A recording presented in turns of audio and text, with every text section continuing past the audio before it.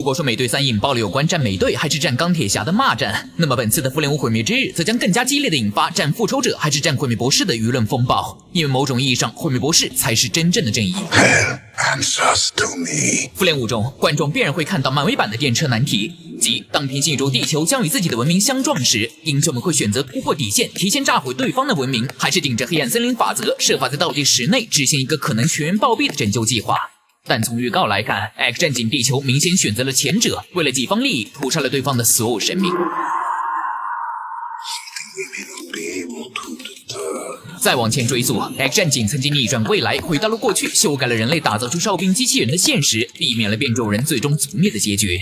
复仇者们曾经穿梭时间，凑齐无限宝石，撤销了半数生命的消亡。美队曾为了私心留在过去与卡特结婚，创造了一个新的时空分支。更别提蜘蛛侠、奇异博士，甚至是汪达等人因私利对多元宇宙进一步的屠杀与破坏。一次次的事实证明，上述所有英雄本质都只是一个又一个披着所谓大义的皮、最极端的利己主义者罢了。因为按照正常的历史规律，所有的这些角色都早该死绝。All of you have lived stolen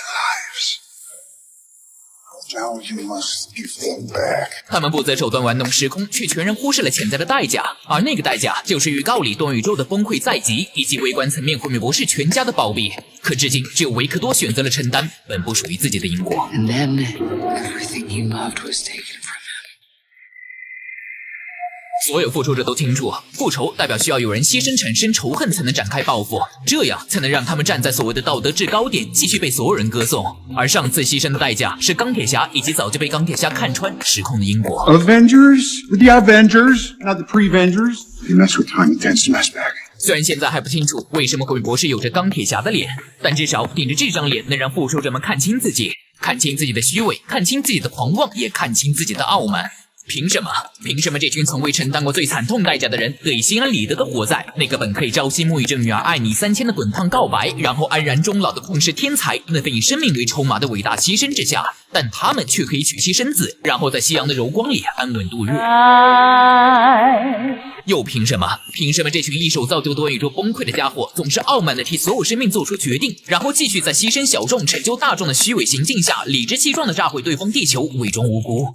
你们可以忤逆历史，但你们有什么资格双标的统治毁灭博士？那顺应时空必然把因果悉数奉还的行为。Answer me, Victor!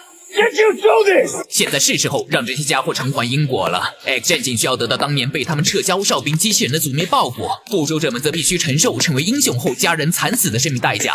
至于那些无人在意的新生代，则应该滚回自己本就不该存在的虚无之中，感受宇宙的正面。要问为什么，就因为多宇宙需要一位尊重因果的神君。登临大卫。 For my doom.